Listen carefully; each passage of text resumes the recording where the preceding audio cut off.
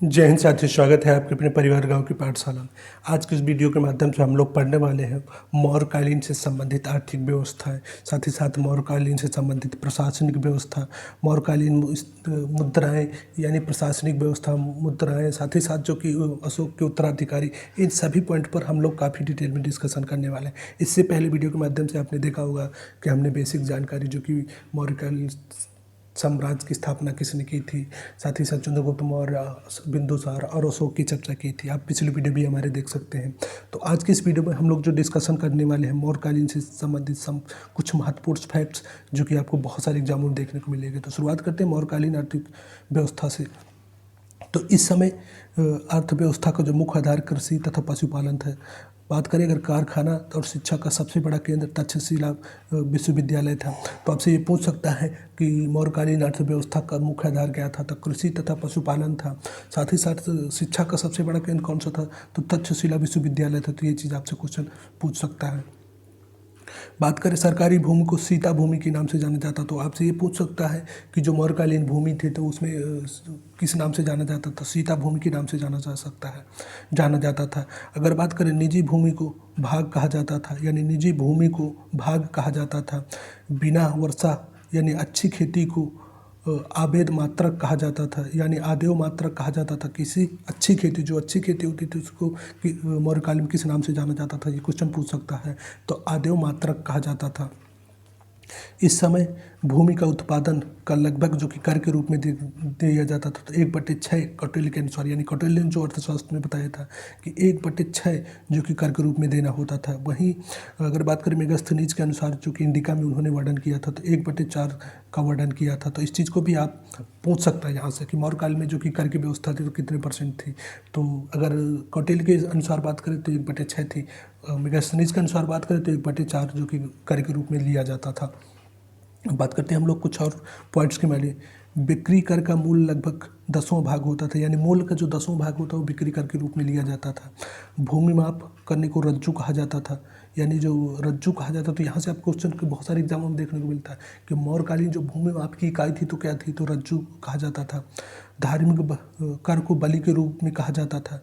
चारागाहों को विविध कहा जाता था। तो आपसे पूछ सकता है कि अगर बात करें कि बहुत सारे एग्जाम यहाँ से देखने को मिलेंगे क्वेश्चन कि जो कि मौर्यकाल में चारागाह को किस नाम से जाना जाता था, तो विविध के नाम से जाना जाता था। इस चीज़ को भी आप लोग नोट कर सकते हैं।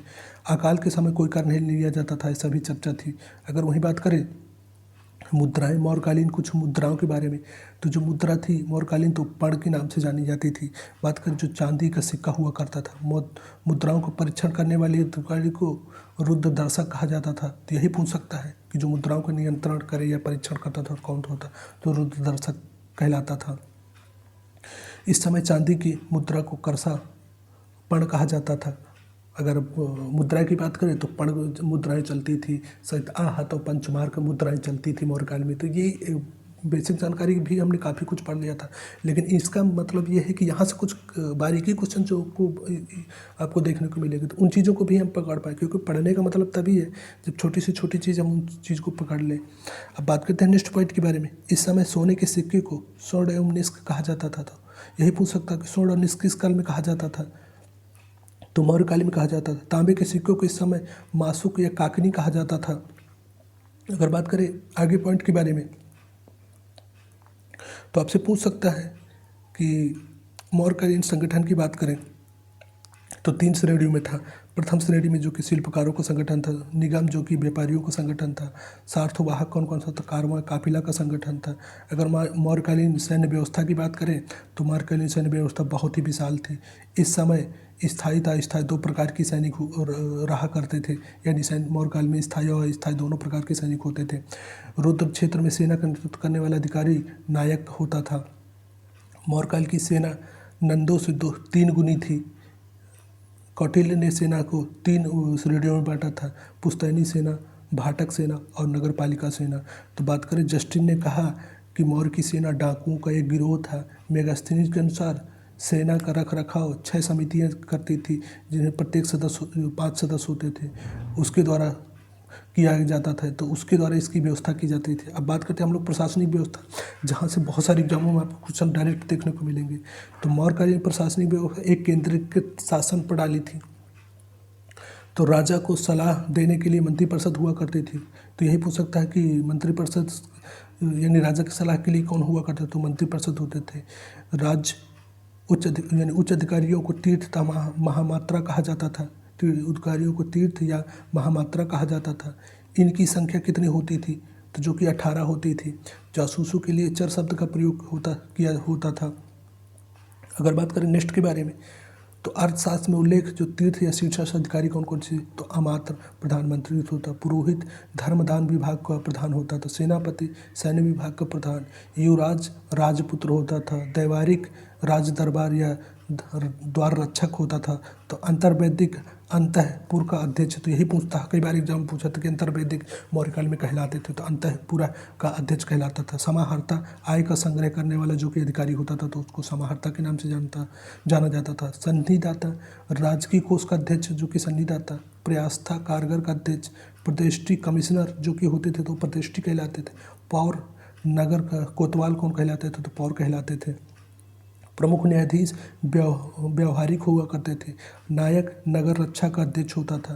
कार्मांतिक उद्योग और कारखानों का अध्यक्ष होता था। तो ये क्वेश्चन आपसे पूछता है कि कार्मांतिक कौन होते थे, तो उद्योग और कारखानों का अध्यक्ष हुआ करता था। मंत्रिपरिषद का अध्यक्ष होता था। दंडपाल सैन्य सामग्री एकत्रित करने वाले जो कि दंडपाल कहलाते थे। दुर्गपाल राजकीय दुर्गों की रक्षा करने वाले दुर्गपाल। अंतःपाल सीमावर्ती दुर्गों की रक्षा करने वाले अंतपाल कहलाते थे। तो इस चीज़ को भी आप नोट कर लीजिएगा, और यहाँ से क्वेश्चन आपको एग्जाम में देखने को मिलते हैं। बात करते हैं आगे, तो मुख्यमंत्री और पुरोहित की नियुक्ति की पहले इनके चरित्र को जांचा या परखा जाता था, उसे ही उपधा परीक्षण कहा जाता था। तो आपसे पूछ सकता था उपधा परीक्षण किससे संबंधित है या क्या होता था, तो मुख्यमंत्री और पुरोहित की नियुक्ति के पहले उनके चरित्र को जांचा या परखा जाता था, इसे ही जो कि उपधा परीक्षण के नाम से जाना जाता था। तो इस चीज़ को भी आप कोशिश कीजिएगा कि नोट कर लीजिएगा कहीं पर। बात करते हैं हम लोग नेक्स्ट के बारे में। अशोक के समय प्रशासन की सबसे छोटी इकाई ग्राम हुआ करती थी। कौन सी, तो ग्राम के मुखिया को ग्रामीण कहलाते थे। प्रशासनिक अधिकारी को अध्यक्ष कहा जाता था। तो इनकी संख्या कितनी थी, 26 होती थी। वहीं पर अधिकारियों की संख्या भी हमने देखा था, तो शीर्ष अधिकारी कितने, 18 थे। तो यहाँ से भी आपको क्वेश्चन देखने को मिलेगा। तो सीताध्यक्ष जो कृषि भूमि का अधिकारी विभाग हुआ करता था, यानी विभागाध्यक्ष आपसे पूछता, तो अकाराध्यक्ष खनन विभाग, लक्ष्मणाध्यक्ष मुद्रा विभाग, राक्षिन किसका अध्यक्ष हुआ करता था, पुलिस विभाग का अध्यक्ष राक्षिन कहलाता था। धर्मस्थली दीवान या न्यायालय, धन के कंटक सौद फौजदारी न्यायालय या अपराध, गुड़ पुरुष गुप्तचर जो कि होते थे गुप्त पुरुष कहलाते थे। संस्था स्थायी गुप्तचर होते थे। संचार चलायन गुप्तचर। आंटविक जो कि जंगल का अधिकारी क्या कहलाते थे, तो आंटविक। समाहर्ता टैक्स कर अधिकारी। सन्निदाता कोषाध्यक्ष कहलाते थे।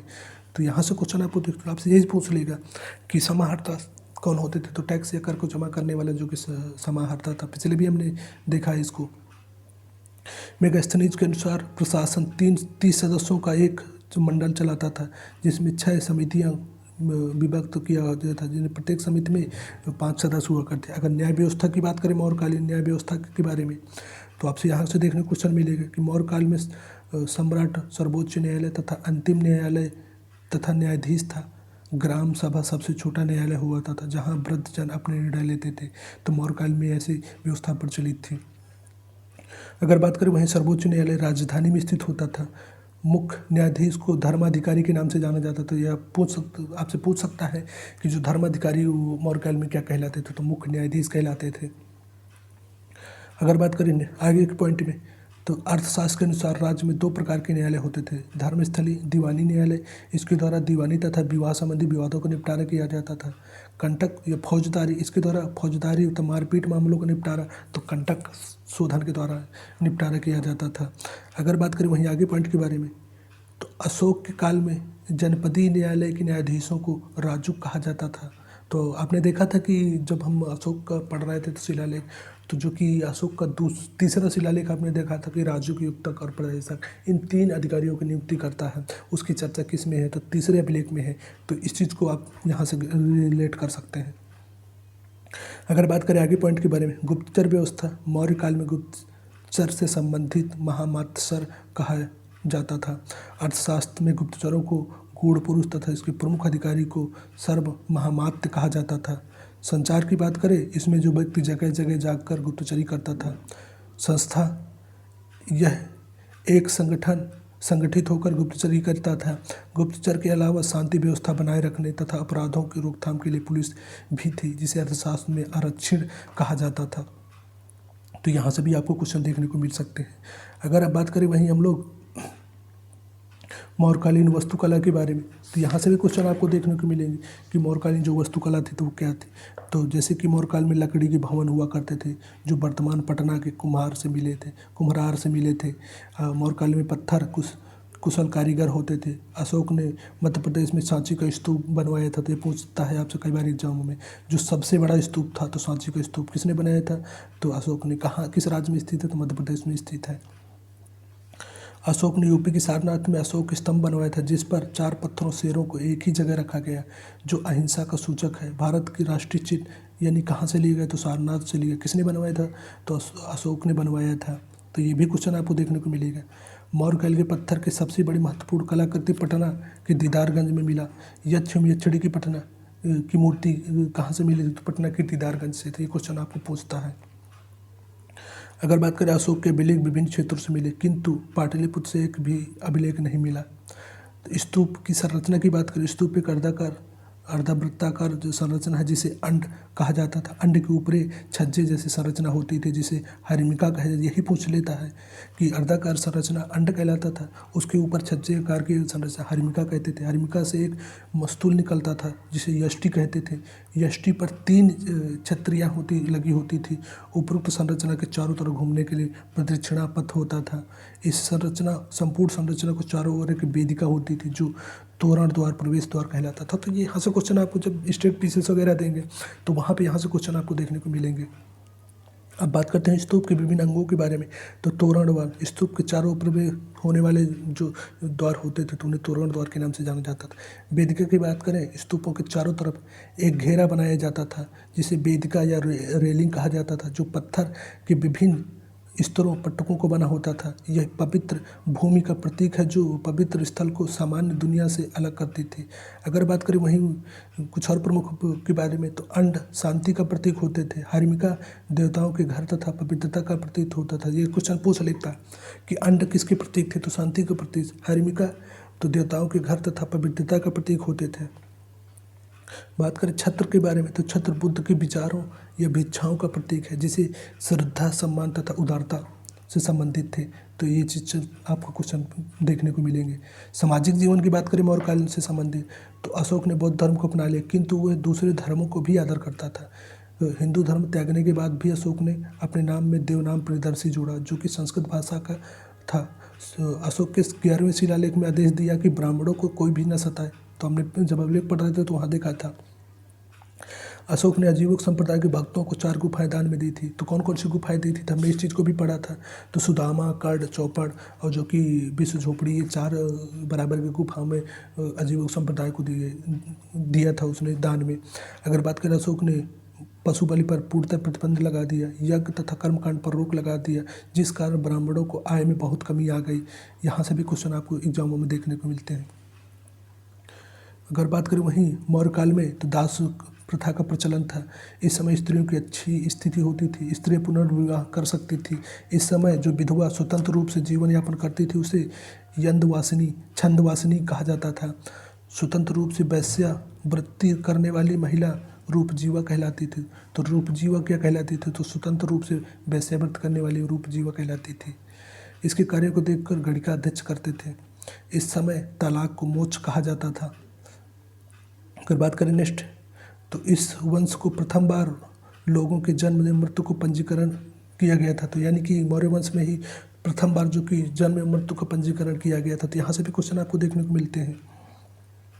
इस काल का सर्वश्रेष्ठ नमूना जो था स्तंभ था।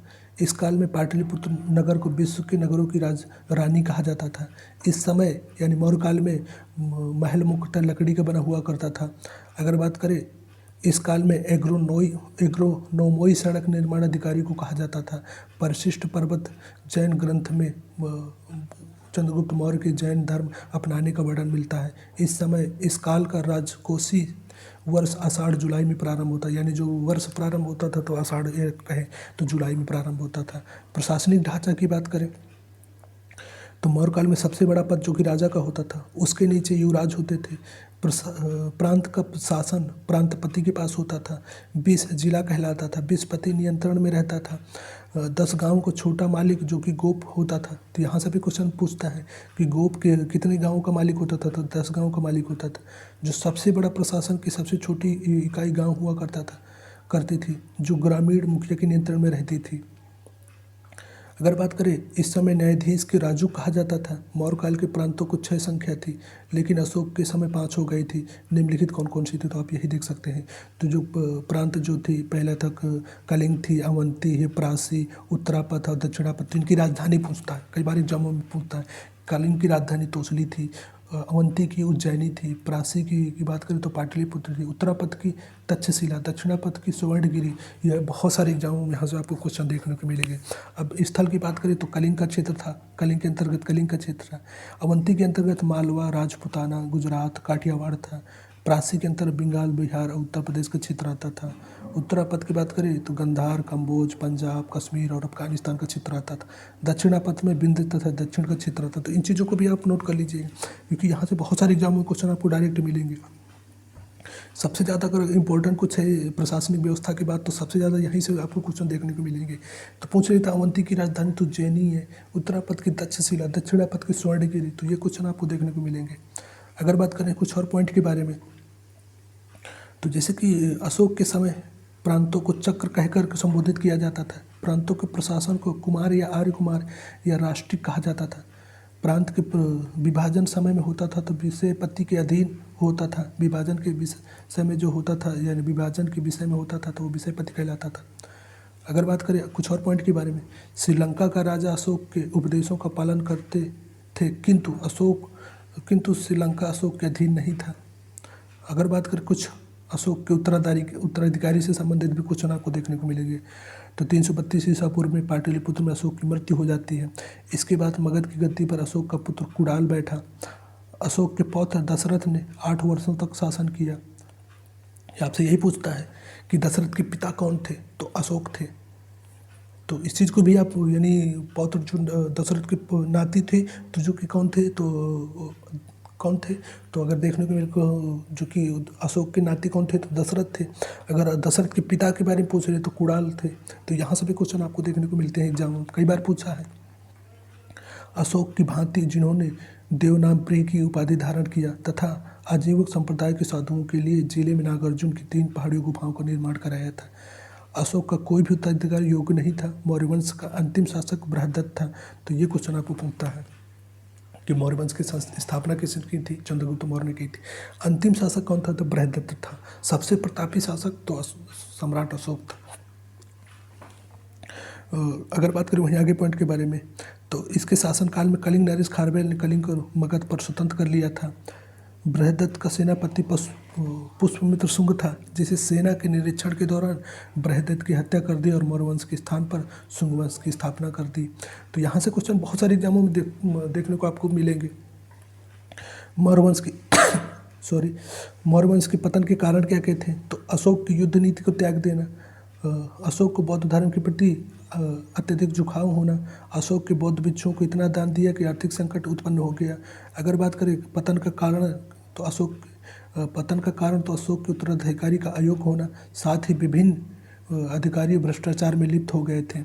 तो वहीं बात करते हैं जो कि मौर्य काल में वर्ष की शुरुआत आषाढ़ या जुलाई के महीने में होती थी। तो ये कुछ बेसिक इन्फॉर्मेशन के साथ साथ जो बहुत सारे एग्जामों में यहाँ से आपको क्वेश्चन देखने को मिलते होंगे। तो कोशिश कीजिएगा कि सारा जो कि मौर्य एम्पायर हमने पूरा पढ़ा दिया, तो उसको बहुत सारे हैं। तो यहाँ कई बार होता है कि प्रशासनिक ढांचा है गया या उनके उत्तराधिकार से संबंधित, जैसे पूछ लिया कि मौर्य वंश का अंतिम शासक कौन था, तो बृहदत्त। तो ये ऐसे क्वेश्चन छोड़ देते हैं।